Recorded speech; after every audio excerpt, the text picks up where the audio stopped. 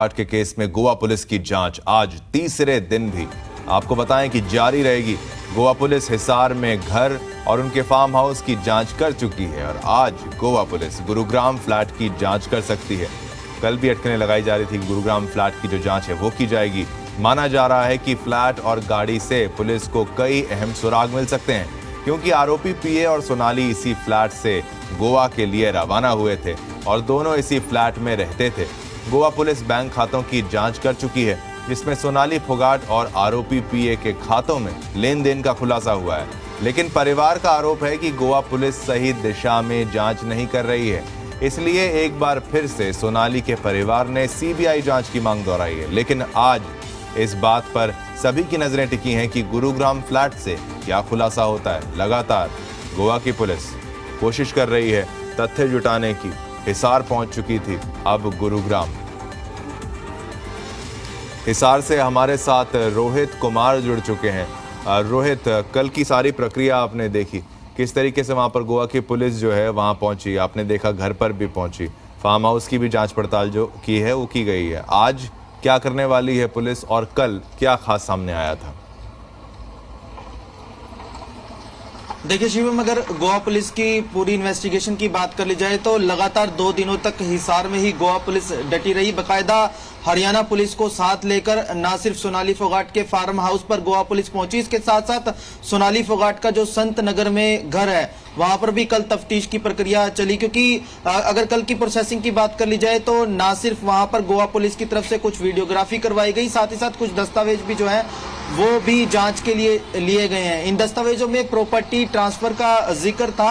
हालांकि इन्वेस्टिगेशन के लिए गोवा पुलिस कल ना सिर्फ यहाँ के लोकल बैंक्स में पहुंची, साथ ही साथ जो तहसील परिसर है वहां पर जाकर भी तहसीलदार से तमाम पहलुओं पर बातचीत की है। आपको बता दें कि अब सूचना ये मिल रही है कि अब से कुछ ही देर बाद, मसलन ये मान के चलिए कि करीबन 9:30 से 10 के बीच में जो है गोवा पुलिस की हिसार से गुरुग्राम के लिए रवानगी हो जाएगी और आगे की तफ्तीश जो है वो वहां पर चलेगी। लेकिन इन 2 दिनों की अगर बात कर ली जाए तो इन 2 दिनों में खासे पहलुओं को जुटाने की कोशिश जो है गोवा पुलिस की तरफ से की गई है हिसार में।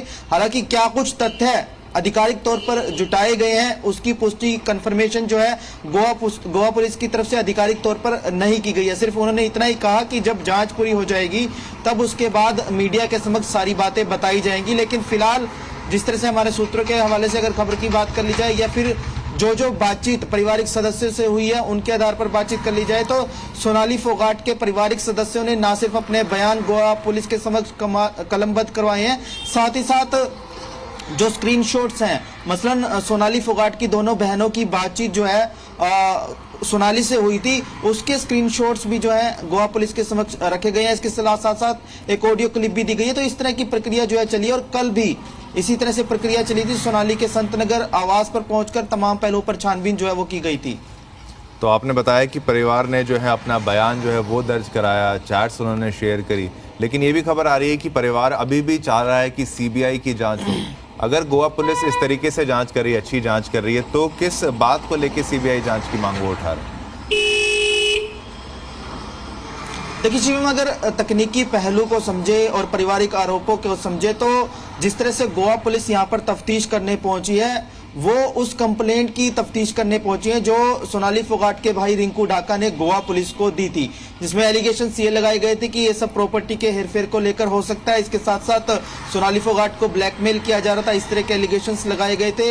वहीं अगर तर्कों की बात कर ली जाए और पोस्टमार्टम रिपोर्ट्स की बात कर ली जाए तो जिस तरह से पोस्टमार्टम रिपोर्ट में भी यही आया कि सोनाली फोगाट के शरीर पर चोटों के निशान थे। हालांकि इस पोस्टमार्टम रिपोर्ट के बाद जो फोरेंसिक लैब से रिपोर्ट आनी है, विसरा इत्यादि की रिपोर्ट आनी है, उसमें भी काफी पहलू साफ हो सकते हैं। लेकिन अगर पारिवारिक सदस्यों के आरोपों की बात कर ली जाए तो उनका सीधे तौर पर यही कहना है कि ये पूरा मामला जो है एक तरह से साजिश के तहत अंजाम दिया गया। सोनाली फोगाट के जीजा के आरोपों की अगर बात कर ली जाए तो उनका तर्क ये है कि आदमपुर में सोनाली फोगाट काफी सक्रिय नजर आ रही थी, उनकी अच्छी पकड़ बन गई थी, तो ऐसे में राजनीतिक षड्यंत्र हो सकता है। वहीं अगर वतन ढाका और रिंकू ढाका जो कि दोनों सोनाली फोगाट के भाई हैं उनकी माने तो उनका कहना यह है कि गोवा पुलिस इस पूरे मामले को जो है ड्रग एंगल से जोड़कर देख रही है, जबकि कारण कुछ और हो सकते हैं। क्यों आखिर सोनाली फोगाट की हत्या हुई, इसकी इन्वेस्टिगेशन जो है करनी चाहिए। इस तरह की बातें उनके पारिवारिक सदस्यों की तरफ से की जा रही है और वो बार बार यही बात कह रहे हैं कि गोवा पुलिस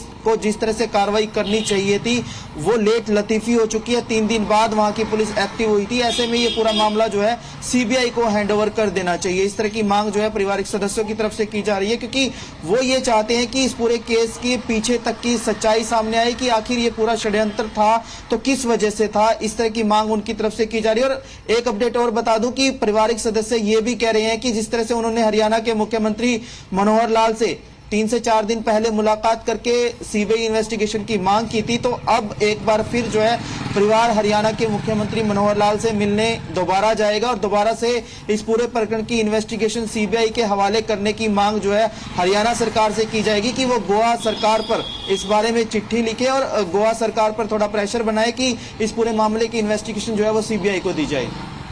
बहुत बहुत शुक्रिया आपका, आपने तमाम ताज़ा अपडेट्स और कई अहम पहलू आपने हमारे दर्शकों के साथ साझा किया। आप लगातार वहां बने रहिए, जैसे ही कुछ और खबर आती है हम हमारे साथ आप शेयर करते रहिए।